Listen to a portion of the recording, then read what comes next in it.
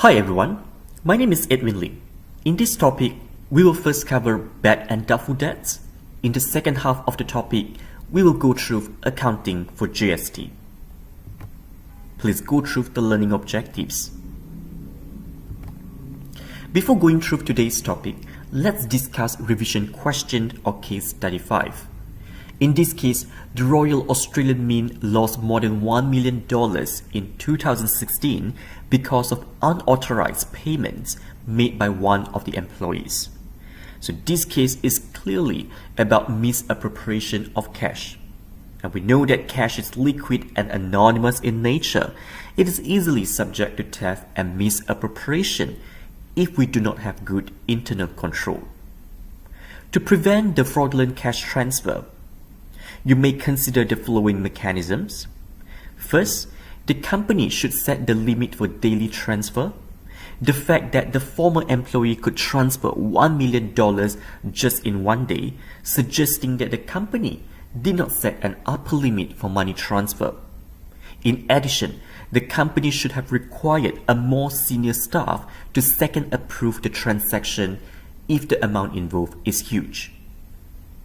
Next, the company should be selective. It should only give the access to online banking to employees who are trustable. The company could have conducted more regular audits to detect suspicious transactions or any irregularities. And of course, the company could have conducted more frequent bank reconciliation to help detect and prevent fraudulent transfer in a timelier manner.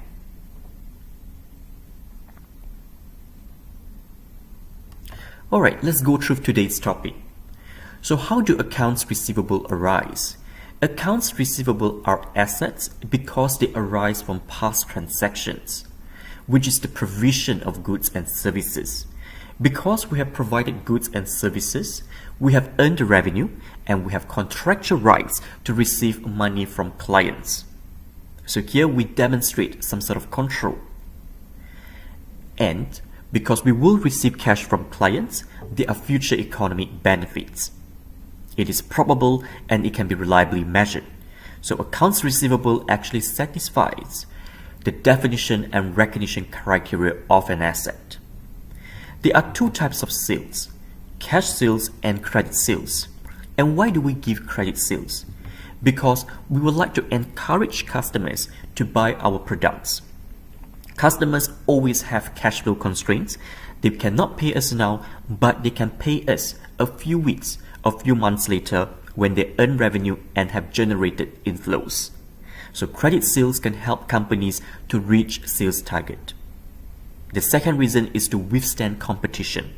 Competitors are willing to offer credit terms, allowing customers to pay later.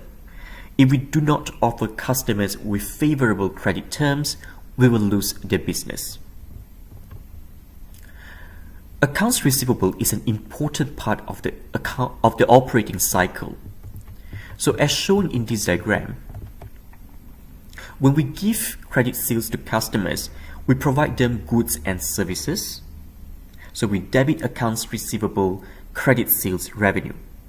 Then when we receive the money from customers, we debit cash at bank and credit accounts receivable. We need to make sure that we can collect the money from customers because companies need to rely on cash to purchase inventory and to finance daily operations. Receivable management is therefore important because it helps us to reduce business risk and cash flow risk.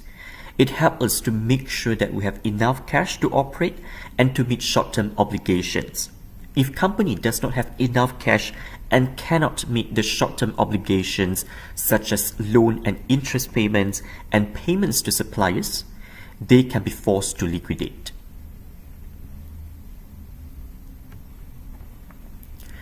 Recall that in topic 4, we actually cover control accounts and subsidiary accounts. Control accounts are like master accounts or parent accounts because they summarize the total of the transactions. The details of the transactions are always recorded in subsidiary accounts, such as individual customer, individual supplier, and individual inventory account. And today, we are going to expand control account with contra asset accounts. So contra asset accounts are also termed as negative asset accounts. So for example, accounts receivable is the control account, and we will use a contra asset account for accounts receivable, which is allowance for doubtful debt. Allowance for doubtful debt reveals the bad and doubtful debts. So how much debt we are unlikely to collect from customers. It provides useful information about our collection progress and whether to revise our credit policy. Another example, for property, plant and equipment as the control account, we will use the contra asset account, which is accumulated depreciation. Accumulated depreciation shows how much depreciation we have recorded so far, and it will show the age and usage of the assets. If we were about to scrap the asset, we need to make sure that we have enough cash to purchase new assets. Another example will be intangible asset as the control account. And for intangibles, we will use accumulated amortization as the contra asset account. Accumulated amortization will also reveal the useful life of intangibles. For example, we will amortize software and acquired patent because they can only be used for a certain number of years to generate economic benefits. And in this topic, we will focus on accounts receivable and allowance for doubtful debts.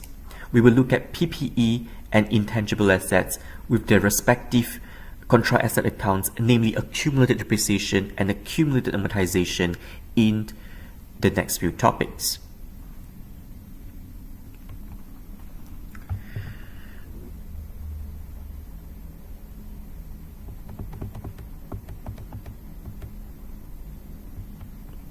Although many businesses are careful in granting credit sales to customers, there are always customers who fail to pay off some or all of the debt.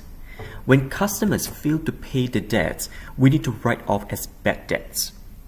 Customers may fail to pay the debts because of various reasons, such as bankruptcy, insolvency or liquidation, or we cannot easily trace foreign customers, the customer died, or perhaps the amount is too small. We will not pursue any correction because of the cost-benefit analysis. So how do we account for bad debts? There are two ways to account for bad debts: the write-off method, the direct write-off method, and the allowance method. Under the direct write-off method, we only record bad debt when we know a specific customer will not pay off their accounts receivable. So we debit bad debt expense, credit accounts receivable. And note that this is not an adjusting entry, because this entry can be made on any day when the customer is declared bankrupt. But there are several weaknesses under this method. First, it is not consistent with the matching principle, because under this method, we record revenue in the current period, but we will only record bad debt expense when it happens in the future period, meaning when the customer actually default. So the current profit calculated under the direct write-off method is actually less meaningful for decision making, because we are not using revenue and expense in the same period to calculate the profit. And the second limitation of this method is that it ignores the probability that customers would default. It fails to distinguish between good and bad accounts receivables, and it would therefore overstate accounts receivable. So let's have a look at an illustrative example. So in this example, we make a credit sale of $1,000 to Larry, and the credit term is 60 days. So the accounts receivable is actually due on 1st of August. On 30th of June, 1 month has passed and we still have not received the payment from Larry. So we will send statement of account to remind him about the outstanding payment. And we also know that 30th of June is the reporting date, is the balance date. Then, on 1st of August, the payment is due, but Larry has not settled this account. On 31st of August, 3 months have passed, so we send a reminder letter and gives a slight extension. On 30th September, we still have not heard from Larry, so we send a letter threatening correction. And bad luck, on 20th October, we have decided to declare the account as bad. So, what do all these events tell us?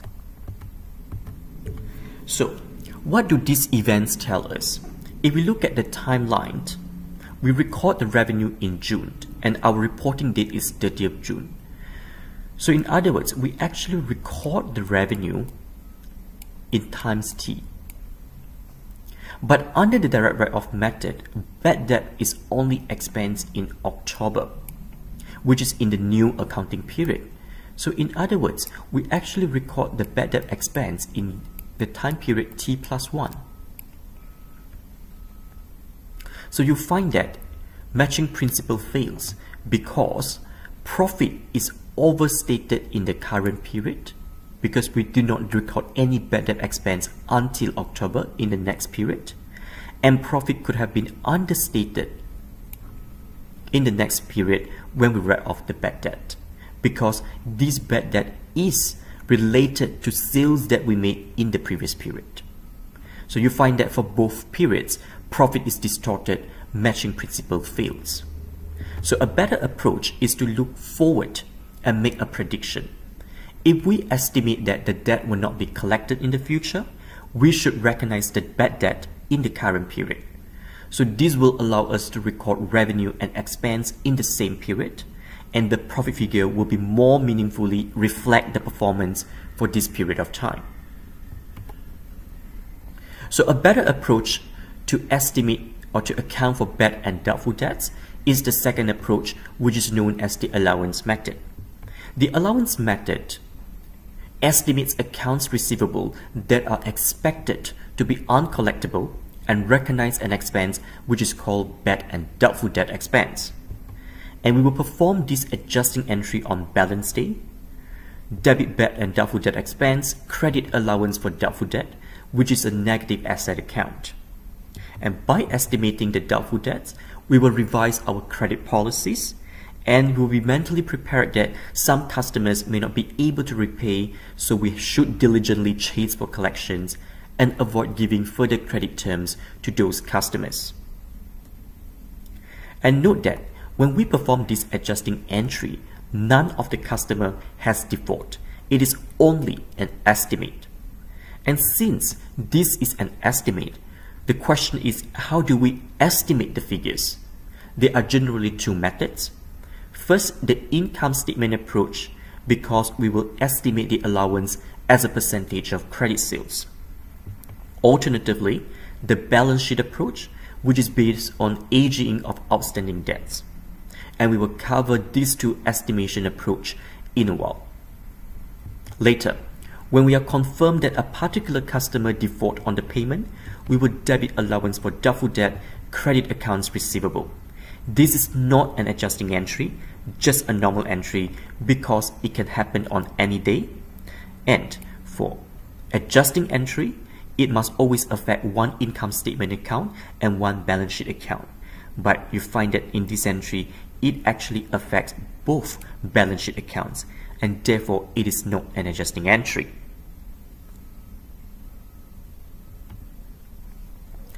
Under the allowance method, we record the receivable and net realizable value, which means amount expected to be collected.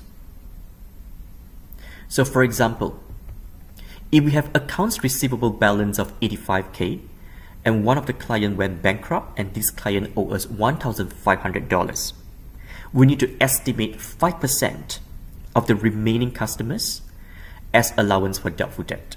So what is the net realizable value? So usually on the balance sheet, you will see the following. First of all, we will list the gross accounts receivable. And the gross accounts receivable equals to 83.5K in this example, because it is the 85k of balance minus 1.5k of bad debt write-off. Then, we deduct allowance for doubtful debt, 4175, and 4175 is estimated as 5% of accounts receivable in this example, as stated in the question.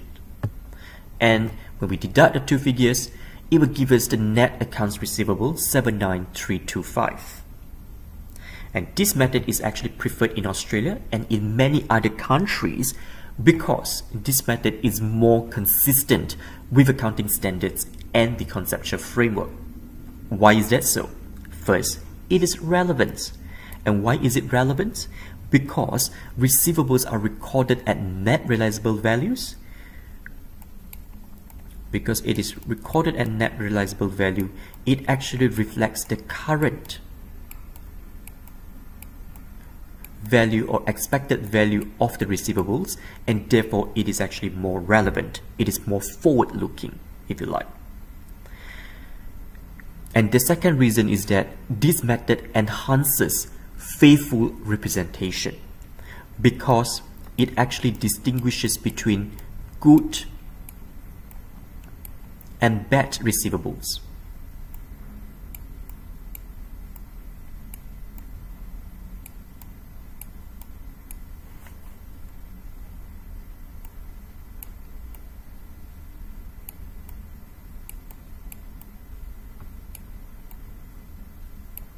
Okay, so it distinguishes between good receivables and bad receivables, and it acknowledges that the probability of customers discharging or fulfilling the payments will vary with the length of time. So it truthfully reflects the value of receivables, so receivables are not overstated. And third, this is consistent with matching principle because we will recognize revenue and bad and doubtful debt expense in the same period. So we use revenue and expense in the same period to calculate the periodic profit. So our periodic profit is more useful for decision making. Student task. You are required to use the allowance method to record the transactions. So let's assume that you have attempted this question. Company XYZ made credit sales of $500,000 during the year. 365k was collected. So first of all, we will debit accounts receivable, credit sales revenue when we make the credit sales. Then we debit cash at bank, credit accounts receivable 365k when we collect the money from customers. Next, we know that we still need to chase for the remaining 135k, and among them, management expects that 35k to be uncollectible. So we debit bad and doubtful debt expense 35k and credit allowance for doubtful debt 35k.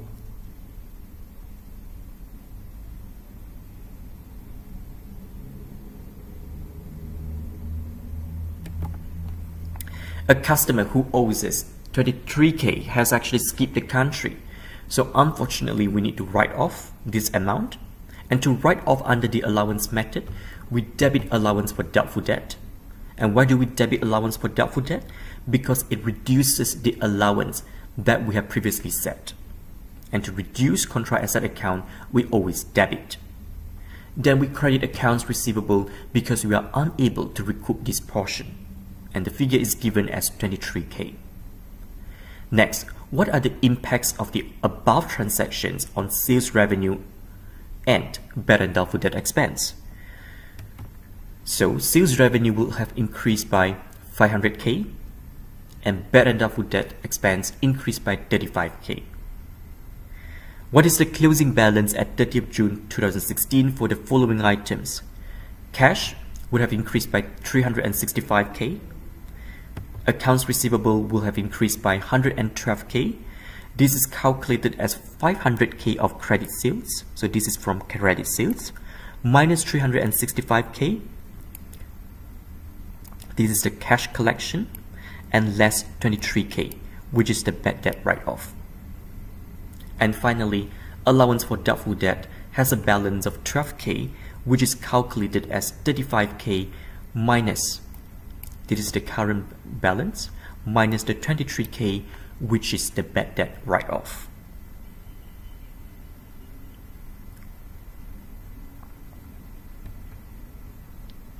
So how do we estimate allowance for doubtful debts? There are two approaches. The first approach is the income statement approach, and this is based on a percentage of net credit sales. And net credit sales means sales revenue minus sales returns. The percentage is determined based on past experience, and this method tells us directly what is the amount for bad and doubtful debt. So we will use this figure directly in the journal entry. For example, based on past experience, 1% of net credit sales will become uncollectible, and net credit sales for this year was 640K. We will perform the journal entry, debit bad and doubtful debt expense, and credit allowance for doubtful debts, 6,400. And 6,400 is 1% of 640K. However, this approach actually has several limitations. First, it ignores the current balance of allowance for doubtful debt. It may not be sufficient or it may be too much. Second, this approach actually ignores customer profile. Not every customer is the same. Customers are always different in terms of their risk and their credibility. And third, this approach actually ignores the outstanding amount owed by each customer. If many of them are aging and overdue, the arbitrary 1% or 2% may not be sufficient. Alright, student task using the income statement approach.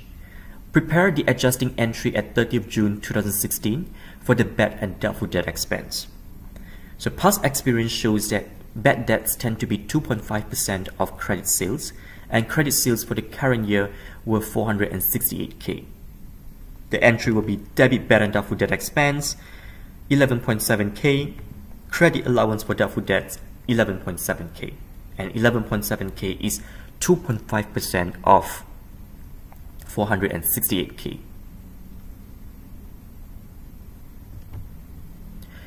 The second approach is to use the balance sheet approach, and the balance sheet approach is based on aging of outstanding debts, meaning aging of receivables. So under this method, we will break year-end receivables into age classification. We then assign greater probability of being uncollectible, meaning probability of default, to the accounts receivable that are older and overdue.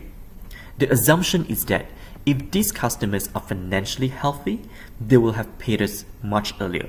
If they are overdue, it means that they have financial difficulties and it is likely that they are not able to repay. We then estimate allowance for each age group and sum them up. And note that the total figure here reflects what is the closing balance for allowance for doubtful debts. We cannot use this total figure directly in the journal entry. And we will use the difference between the total figure and the current balance of allowance for doubtful debt to perform the adjusting entry. And our allowance for doubtful debt can increase or decrease because we keep reassessing the credit risk. And this is common and can be driven by reasons such as economic cycle. For example, during the recessionary period, in the recession, we expect more default and greater credit risk, and therefore we will set a higher level of allowance for doubtful debt.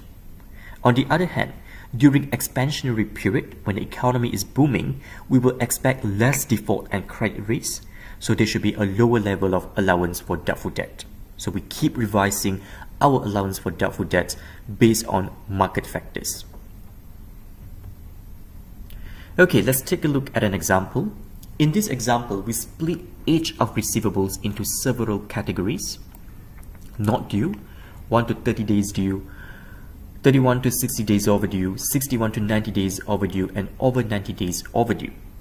Based on past experience, we then assign different percentage or probability that these receivables will be uncollectible. And you notice that the probability increases and becomes larger for longer overdue receivables. At 30th June, the balance of accounts receivable for each category is as follows: And it is also given that the current balance of allowance for doubtful debt is 1,200 credit. Okay, and we have a normal credit balance for allowance for doubtful debt because it is a negative asset account, a contra asset account. So what we need to do here is to multiply the amount of receivables with the percentage of probability of being uncollectible for each age category. We then sum up the total, which is 2345. And 2345 will be the closing balance of allowance for doubtful debt at 30th June. We cannot use 2345 directly for the journal entry when we use the balance sheet approach. This simply shows the closing balance for allowance for doubtful debt. And as indicated by the question, we know that the current balance is 1,200. So this is the opening balance of the current balance, and we need to take the difference because we need to bring 1,200 to 2345. And to do that, we need to increase the amount by 1145. So the journal entry will be debit bad and doubtful debt expense, credit allowance for doubtful debt 1145.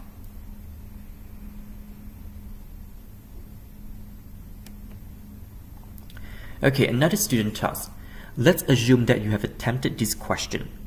In this case, at 1st July 2016, the company had accounts receivable of 600K and allowance for doubtful debt of 12K. So all these are opening balance. And during the year, the following occurred. So one of the customer went bankrupt on 31st March 2017, and the customer actually owed us $15,000. And the company allocates the following probability to different age categories of receivables. So you're required to complete the age analysis and record the above transactions. So first of all, let's perform the age analysis. We will multiply the amount and percentage for each age group as given in the question, and then we will get the total. So please check if you come up with the correct total. The total here is $7,800. And remember that this is the closing balance for allowance for doubtful debts. Okay, so this is the closing balance of allowance for doubtful debts. Then we are required to perform the journal entries. When we write off the bad debt, we debit allowance for doubtful debt and credit accounts receivable 15K. Next, we need to bring the current balance of allowance for doubtful debt to the closing balance of 7,800. And we need to know what is the current closing balance. So have a look. The current closing balance is actually negative 3,000. Okay, and why is it negative 3,000? Because our opening balance is 12K. And we actually write off 15K of bad debt. So 12 minus 15 is negative 3. And we need to bring negative 3K to 7.8K as we estimated in the previous slide. So the difference is actually 10.8K. So we debit bad and doubtful debt expense, credit allowance for doubtful debt 10.8K in order to bring the balance of negative 3K to 7.8K.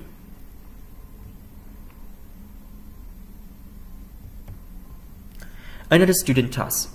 In this exercise, you are provided with some information. So using the T account of accounts receivables to determine the cash received from customers during the year. So first of all, we are given opening and closing balance. So let's insert opening balance at the debit side of accounts receivable, which is 2K.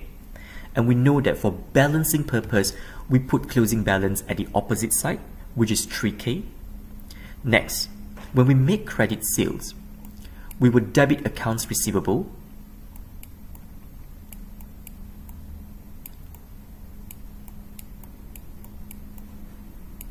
and we credit sales revenue.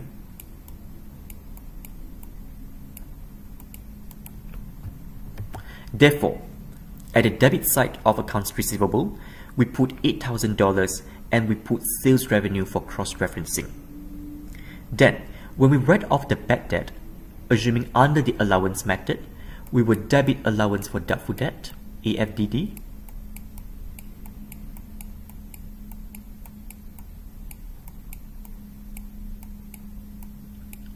and we will credit accounts receivable. Therefore, at the credit side of accounts receivable, we will insert $1,000 and we will put AFDD as the cross-referencing. So we can sum up the total. We know that the total at the debit side is greater than the total at the credit side. So we must bring the total at the credit side to $10,000 as well. So the balance, the remaining figure, is actually $6,000, and this $6,000 represents the cash received from customer. Because when we receive cash from customer, we debit cash at bank,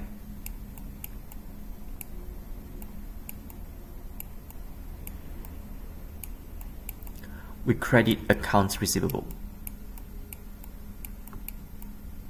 So that actually explains why the 6,000 of the balance here represents the amount received from customers. And we will use cash at bank for cross-referencing.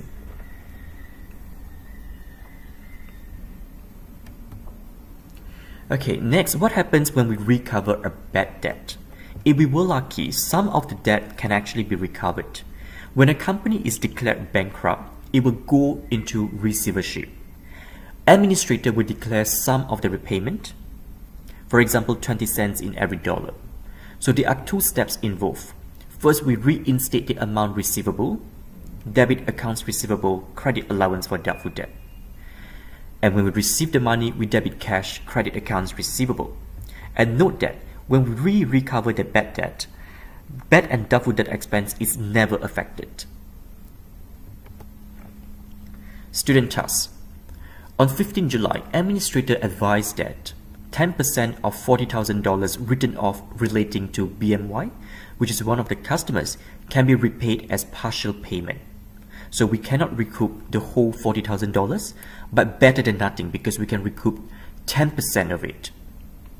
And this amount will be received on 1st August 2018. So when the announcement was made on 15 July, we would debit accounts receivable, credit allowance for doubtful debt, 4K, which is 10% of 40K. Then on 1st of August, when we receive the payment, we debit cash at bank, credit accounts receivable, 4K.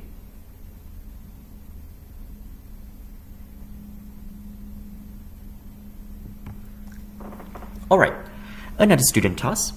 We are required to perform journal entries for the following transactions.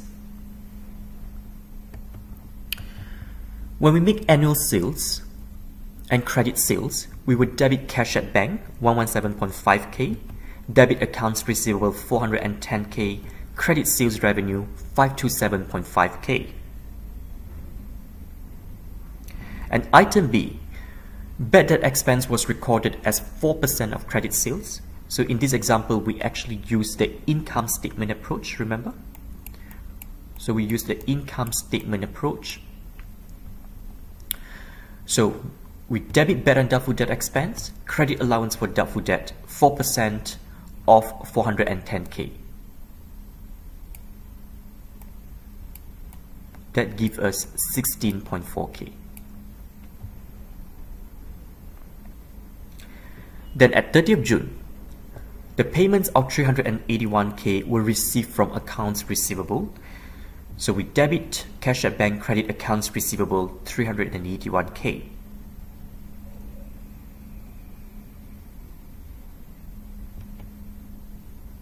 Item D, 14.8K was written off as uncollectible. So to write off the bad debt, debit allowance for doubtful debt, credit accounts receivable 14.8K.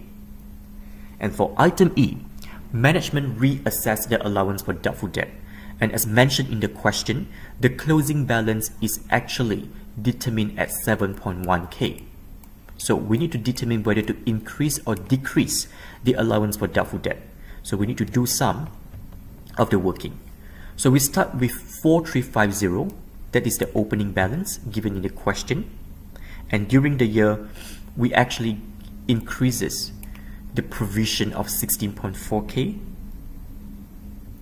and we write off 14.8k.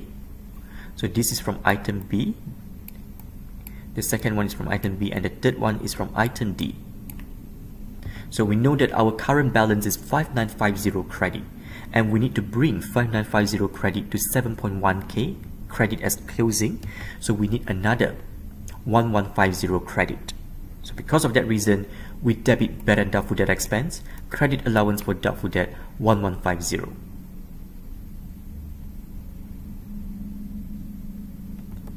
Following this, we are required to do posting into T accounts for accounts receivable and allowance for doubtful debt to determine their closing balance and opening balance for the next period. So please check whether you have come up with the correct posting.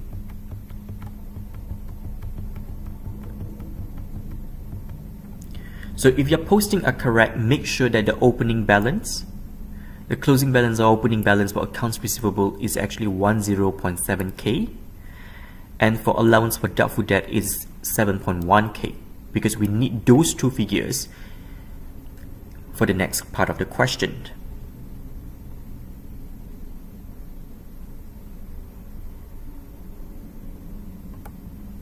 Part 3 of the question asks for an extract of the balance sheet.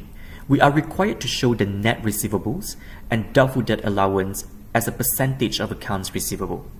So at 1st July, the opening balance is 89.5k, and for allowance for doubtful debt is 4350. So those two figures are given in the question, and therefore the net receivable, the opening net receivables is actually 85150, and allowance for doubtful debt is 4.86% of net receivables, meaning you take 4350 divided by 89500. At 30th June 2016, we can insert the closing balance of accounts receivable and allowance for doubtful debt, and we got those two figures from slide 28 from the previous slide.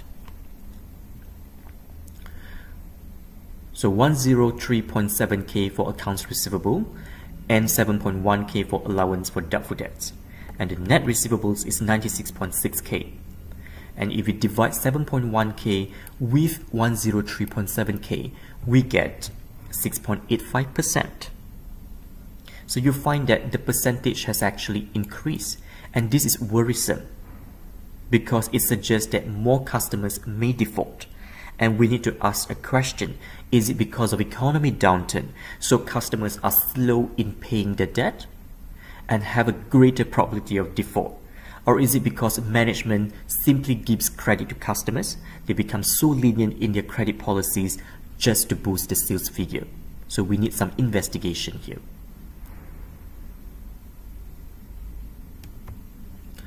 Alright, we are now in the second part of the topic. We will look at accounting for GST. Goods and Service Tax was introduced in Australia since 1st of July in year 2000. In Australia, 10% of tax is levied on the supply of goods and services.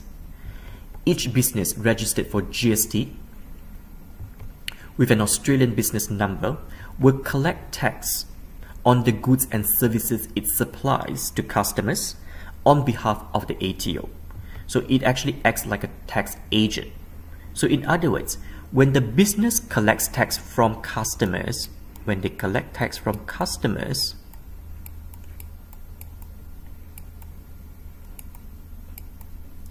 the tax collected will be called GST payable.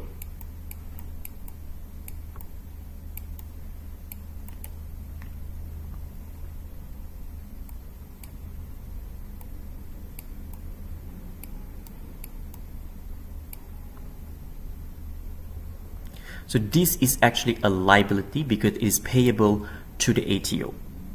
At the same time, when company also pays GST on the goods and services it purchases from suppliers, this will also give rise to another account which is called GST recoverable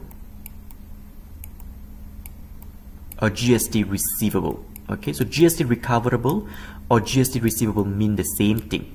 It means companies may get a refund from the ATO. So GST payable is a liability and GST receivable is an asset.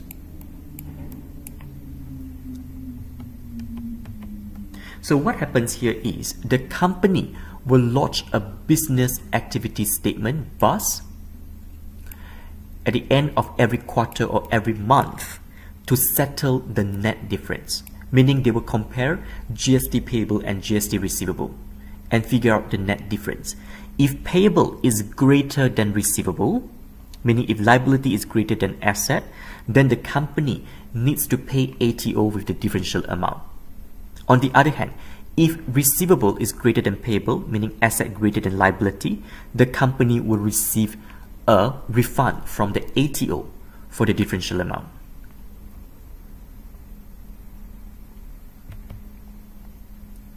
And note that not all goods and services or every accounting item are subject to GST.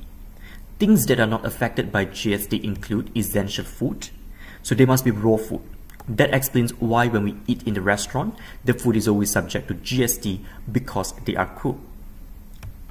And things that do not attract GST include interest receipt or interest payment, utilities like water rates, health services, wages.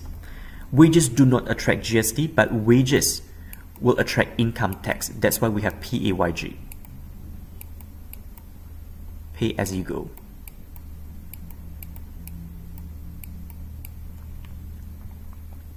Next, residential rent should not attract GST, but commercial rent is subject to GST. Education fees. So universities should not charge you GST for the tuition fees. And of course, this is not a complete list. Please visit the ATO website for a more complete list in terms of items that are subject and not subjecting to GST. Okay, let's go through a few examples. When we purchase inventory on credit for $440, which includes 10% of GST, so the $40 is GST here, what we would do here is we will debit inventory $400. When we record inventory, we always record inventory net of GST, meaning we do not include the GST component for inventory account. And we debit GST clearing $40, and then we credit accounts payable $440. Okay, so we always record payable at the amount that includes GST. So you find that inventory is actually 10 over 11 of 440, whereas GST clearing is 1 over 11 of 440. The base is 11 because we have GST effect. So 1 plus 0.1, 100% plus 10% means 110%. 110% can be expressed as 11.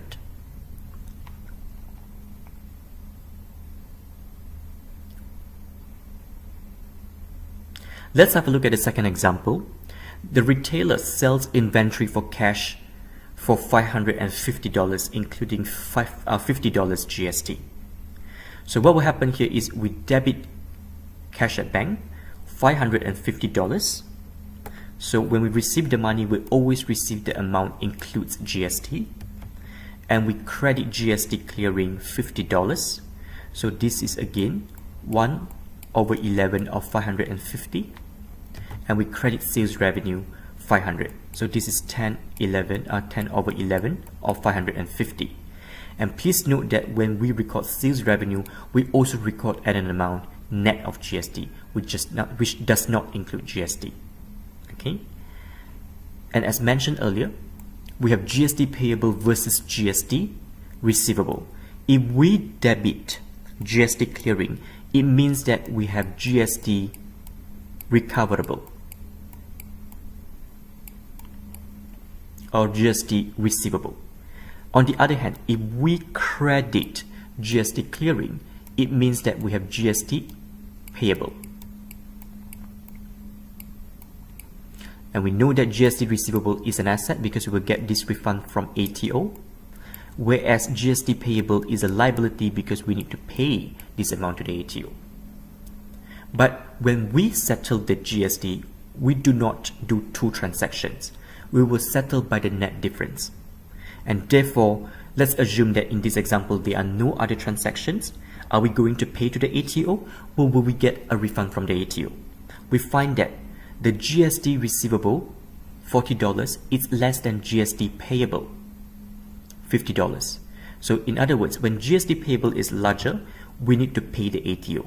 And to pay the ATO, we credit cash at bank and we debit GST clearing. And the differential amount is 50 minus 40, $10 here.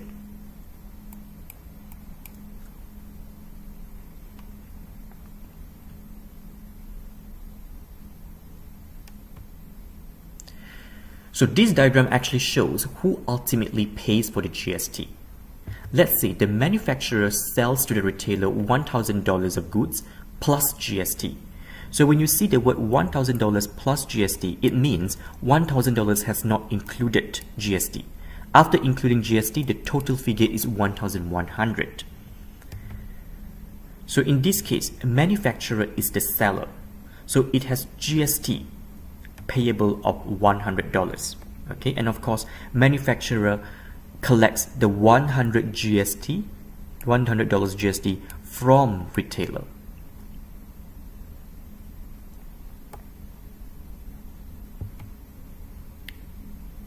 And the manufacturer will give $100 to the ATO.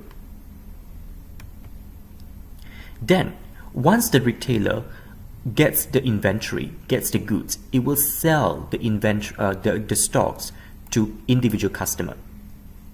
Okay, for example, if the sales price is 1,500 plus GST, it will be 1,650.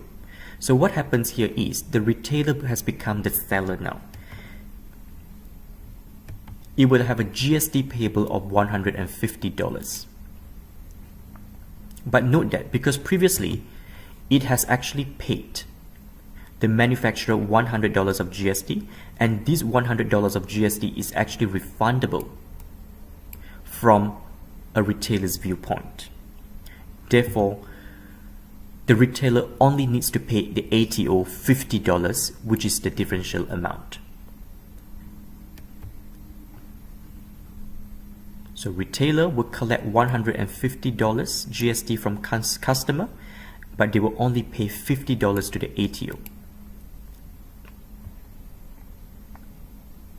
Because the remaining $100 is a recoupment for what they have actually paid a manufacturer the 100 GST in the past. So the total amount received by ATO is $150. So $100 from manufacturer and $50 from the retailer.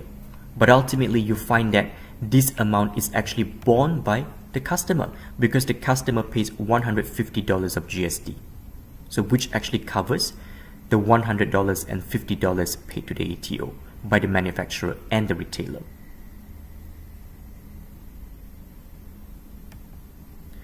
Okay, student task. Let's go through the following transactions and we must account for GST. On 1st of May, we sold goods for 57.2k on credit, and these goods cost the business 32k net of GST. So on 1st of May, we debit accounts receivable 57.2k. So we always record the full amount, inclusive of GST, 57.2k. Then we debit GST clearing. Because when we make sales, we have GST payable. When we credit GST clearing means we have GST payable. And 5.2k is actually 1 over 11 or 57.2k. Then we credit sales revenue 52k, which is 10 over 11. When we record the sales revenue, it is always net of GST. Then, because we sell inventory, we must also adjust our inventory and cost of goods sold. So we debit cost of goods sold, credit inventory at 32k. And for the second part of the entry, it does not have any GST effect because we record our inventory net of GST. Meaning we record inventory exclusive of the GST amount. On 8th of May, we received the money from Brandon Retail, our customer, because our customer pays us within the credit period, and therefore we actually give 2% discount. So because we actually give 2% discount for the prompt payment, we are not going to receive the full amount of money. We will only receive 56056, which is 98% multiplied with 57.2k. And then we will have discount allowed, and discount allowed is 1040 in this case. So when we give discount, we debit discount expense or debit discount allowed. And how do we calculate 1040? 57.2k multiplied by 2%, but this amount is inclusive of GST, so we need to take the GST out. Therefore, we multiply by 10 over 11. And we will debit GST clearing, because if we give discount, we are going to receive less money. So this will also reduce our GST payable. Therefore, we take 57.2k multiplied by 2% multiplied by 1 over 11. That gives us 104. And we credit the full amount, 57.2k, accounts receivable.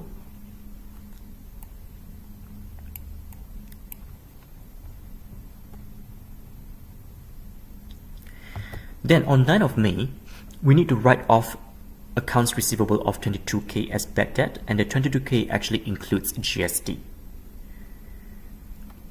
So we debit allowance for doubtful debt, 20k. So this is net of GST, 10 over 11.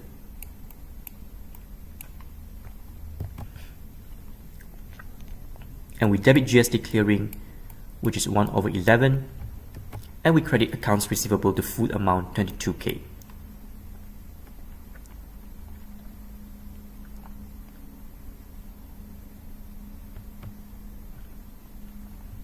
On 10th of May, we returned 2640 of damaged goods purchased from Amber on credit in late April. So when we return inventory, we will have to debit accounts payable. So when we debit accounts payable, we always debit the full amount, which includes the GST. When we pay less for inventory and we have less payable, we actually will have to reduce our GST recoverable. To reduce our GST recoverable, we credit GST clearing, 240. So this is 1 over 11. And we credit inventory, 2,400 net of GST.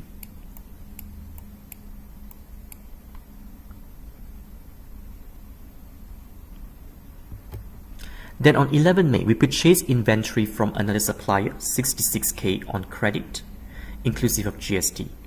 So when we purchase inventory, we debit inventory 60k, and again this is net of GST, so 10 over 11 of 66k. And when we purchase inventory, we will have GST recoverable.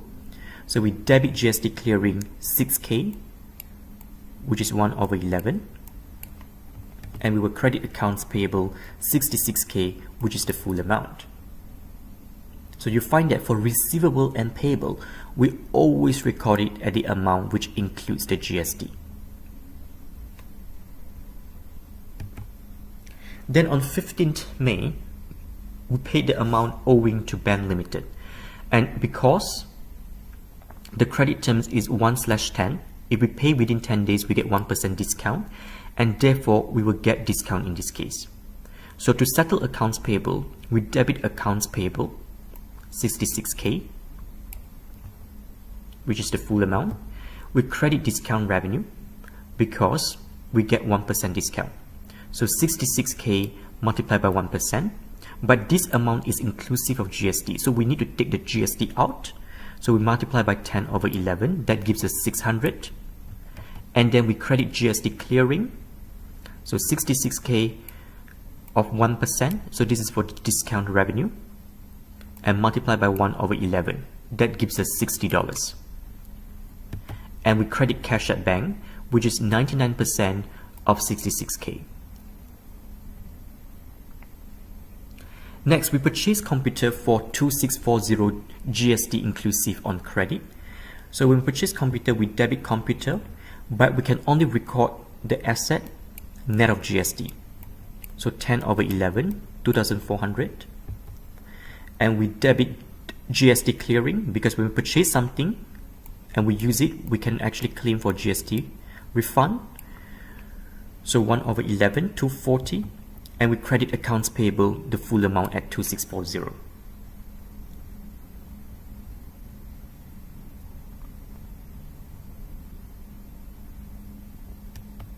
Moving on.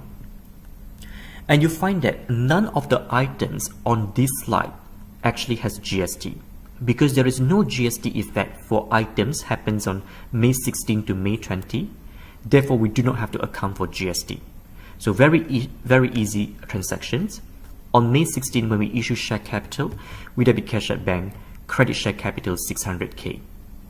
On 17, when we repay loan, we debit bank loan, credit cash at bank 50K. And when the owners were paid dividends, meaning when we distribute dividends on 18 May, we debit dividends paid or retained earnings, we credit cash at bank 40K. And on 19 May, when we receive interest revenue 800, we debit cash at bank, credit interest revenue 800.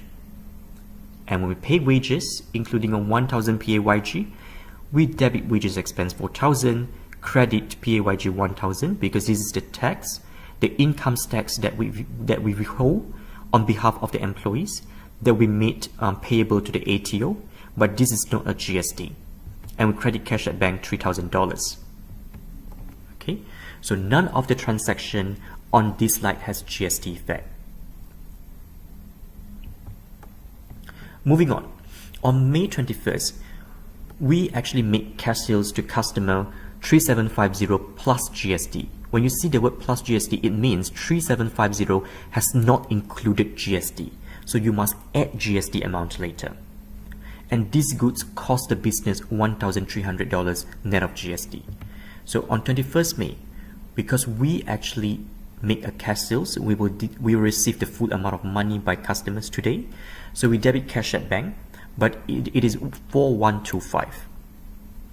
And how do you calculate 4125?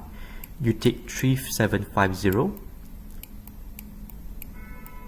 multiply by 1.1, 110%. And credit GST clearing 735. 735 is 10% of 3750, or you take 4125 multiplied by 1/11. And then you credit sales revenue 3750, which does not include the GST component. And we also need to record cost of goods sold, so debit cost of goods sold, credit inventory 1300. And remember, for cost of goods sold and inventory, there is no GST effect. Then on 23rd of May, we actually pay a creditor $10,000 in full settlement of account, and there is no discount in this case. So debit accounts payable 10,000, credit cash at bank $10,000. And on 26 May, we pay advertising, and advertising attracts GST. 1,000 plus GST means the $1,000 has not included GST. So when we debit advertising expense, we debit $1,000. We debit GST clearing $100, and we credit cash at bank $1,100. Okay, so when we record the expense, it is net of GST, does not include GST. On top of that, because we have expense, therefore we have GST recoverable. Because we have GST recoverable, we debit GST clearing, so another $100. So the two figures sum up, you get 1.1 for cash at bank. And finally, we need to calculate whether we have larger GST payable or larger GST receivable, and we need to settle the amount and pay to the ATO. So in this case, let's have a look at your GST receivable. If you trace the transactions over the past few slides, the debit side, when you look at GST receivable, you sum up the debit side. You sum up the debit side of the GST clearing, and you find that the debit side of GST clearing, which means your GST receivable, you actually have 8,444. And the credit side of your GST payable, so you sum up all the credit GST clearing at the credit side, you find that the total is 5875. 5875, yeah? Okay, because it is 5875, we find that our receivable is greater than our payable. And therefore, we will get a refund from the ATO in this case. So we debit cash at bank, we credit GST clearing 2569. So we get a refund because our receivable is greater than payable. Alright, that's the topic for this week. Please go through the revision question or case study 6. We will discuss at the start of the next topic.